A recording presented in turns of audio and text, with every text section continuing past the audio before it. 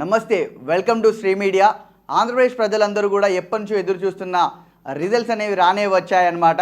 కుప్పం గురించి ప్రత్యేకంగా మాట్లాడుకోవాలి మనం.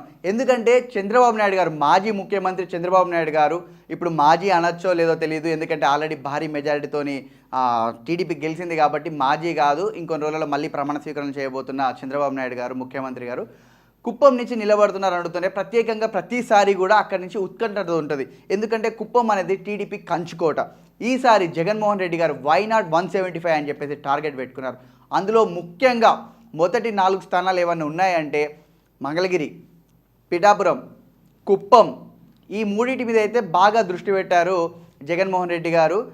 అలాగే దానికి తగ్గట్టుగానే చర్యలు కూడా తీసుకున్నారు. ఎందుకంటే కుప్పంలో చంద్రబాబు నాయుడు గారి కంచుకోట అయినటువంటి కుప్పంలో ఎమ్మెల్సీ అభ్యర్థి ఓడిపోవడం అనేది టీడీపీ శ్రేణులందరూ కూడా మింగుడుపడలేకపోయారు. ఎందుకంటే చంద్రబాబు నాయుడు గారు నిల్చున్న ప్రాంతం నుంచి, ఆయనే ఎమ్మెల్యేగా నిల్చున్న ప్రాంతం నుంచి ఒక మాజీ ముఖ్యమంత్రి ఒకప్పుడు అటువంటి వ్యక్తి దగ్గర నుంచి ఎమ్మెల్సీ క్యాండిడేట్ ఓడిపోవడం అనేది చాలా దారుణమైన పరిస్థితి.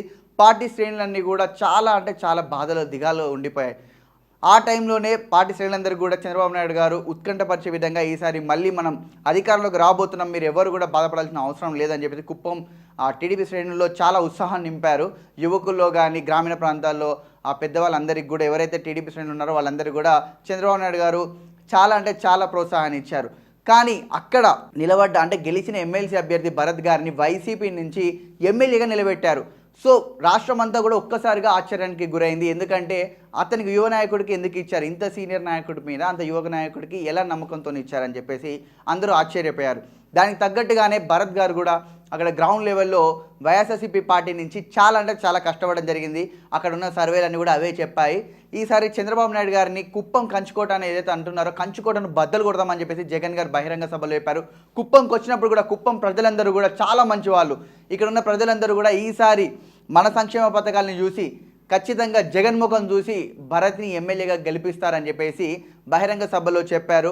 అలాగే మీరు కనుక భరత్ని గెలిపించుకుంటే ప్రత్యేకంగా నా క్యాబినెట్లో చోటు కల్పిస్తానని మీ అందరి సమక్షంలో మాటిస్తున్నానని చెప్పేసి జగన్మోహన్ రెడ్డి గారు అక్షరాల అందరి ముందు చెప్పడం జరిగింది. సో అక్కడ ఉన్న ప్రజలందరూ కూడా విని మా ప్రాంతం నుంచి ఉన్న వ్యక్తి క్యాబినెట్లో చోటు సంపాదించుకుంటున్నారని చెప్పేసి కొంచెం జగన్ గారు వచ్చిన తర్వాత అక్కడ వైసీపీ శ్రేణుల్లో చాలా బూస్టప్ వచ్చింది. దాని తర్వాత గ్రౌండ్ లెవెల్లో గట్టిగా పనిచేయడం జరిగింది. దానికి ముందు కానీ తర్వాత కానీ కుప్పం ప్రజలందరికీ కూడా ఇటు చంద్రబాబు నాయుడు గారు, ఇటు భరత్ గారు ఇద్దరు కూడా టీడీపీ వైఎస్ఆర్సీపీ పోటాపోటీగా ప్రచారం చేసుకుంటూ గడప గడపకి కార్యక్రమాల్లో ఇద్దరు ముందంజలో ఉన్నారు. కానీ ఎన్నడూ లేని విధంగా చంద్రబాబు నాయుడు గారు ప్రత్యేకంగా కుప్పం మీద ఈసారి శ్రద్ధ తీసుకునడం, కానీ ఎన్నడూ లేని విధంగా కుప్పంలో చంద్రబాబు నాయుడు గారు ఈసారి ప్రత్యేకంగా శ్రద్ధ తీసుకున్నారనే విషయంలో ఎలాంటి అనుమానం లేదు. ఎందుకంటే చంద్రబాబు నాయుడు గారికి వచ్చిన సమాచారం మేరకు కుప్పం ప్రజలందరినీ కూడా చేజార్చుకోకూడదు. ఈసారి మనం ప్రతిసారిలాగా మనం నార్మల్గా గెలిచేస్తామంటే సరిపోదు, ఈసారి ప్రత్యేకంగా శ్రద్ధ తీసుకోవాలి. ఈసారి ఎక్కడ కూడా లాస్ట్ టైం జరిగిన లోటుపాట్లన్నీ కూడా సరిదిద్దుకోవాలి, మనం ప్రజలకు అందుబాటులో ఉండాలని చెప్పేసి కుప్పం ప్రజలందరూ కూడా, తాను అక్కడ లేకున్నా కూడా తన తరపున ఉన్న వ్యక్తులందరినీ కుప్పం ప్రజల్లో ప్రతి ఇంటికి కూడా టీడీపీ అనేది కనిపించాలి, ప్రతి ఇంటికి కూడా టీడీపీ ప్రచారంలో ముందుండాలని చెప్పేసి పార్టీ శ్రేణులందరికీ గట్టిగా వార్నింగ్ ఇచ్చారు చంద్రబాబు నాయుడు గారు. ఎందుకంటే కుప్పం కనుక చేజారిపోతే పరిస్థితులన్నీ చాలా తారుమారు అయిపోతాయని చెప్పేసి అందరికీ తెలుసు అనమాట. ఈసారి ప్రత్యేకంగా జనసేన టీడీపీతో కలవడం, బీజేపీ టీడీపీతో కలవడం అనేది చాలా ప్రత్యేకమైన స్థానం. సో ఇందులో మనం కుప్పం స్థానాన్ని చాలా మెజార్టీతో గెలిపించుకోవాలి, మన ఆధిక్యాన్ని చూపెట్టుకోవాలని చెప్పేసి కూడా టీడీపీ శ్రేణులందరూ కూడా గట్టిగా కుప్పంలో కష్టపడ్డారు. వైసీపీ శ్రేణులు కూడా దానికి తగ్గట్టుగానే, ఎందుకంటే ఎదురుగా ఉన్నది 40 సంవత్సరాల ఉద్ధనుడు చంద్రబాబు నాయుడు గారు కాబట్టి దానికి తగ్గట్టుగానే కష్టపడ్డారు. సో కానీ ఏది ఏమైనప్పటికీ కూడా చంద్రబాబు నాయుడు గారు కుప్పం నుంచి భారీ మెజార్టీతో గెలుపొంది కుప్పం ప్రజలందరూ కూడా ప్రత్యేక ధన్యవాదాలు చెప్పారు. కుప్పంలో మళ్ళీ ఊహించిన విధంగానే కుప్పం అనేది టీడీపీ కంచుకోట అని చెప్పేసి చంద్రబాబు నాయుడు గారు మళ్ళీ నిరూపించారు.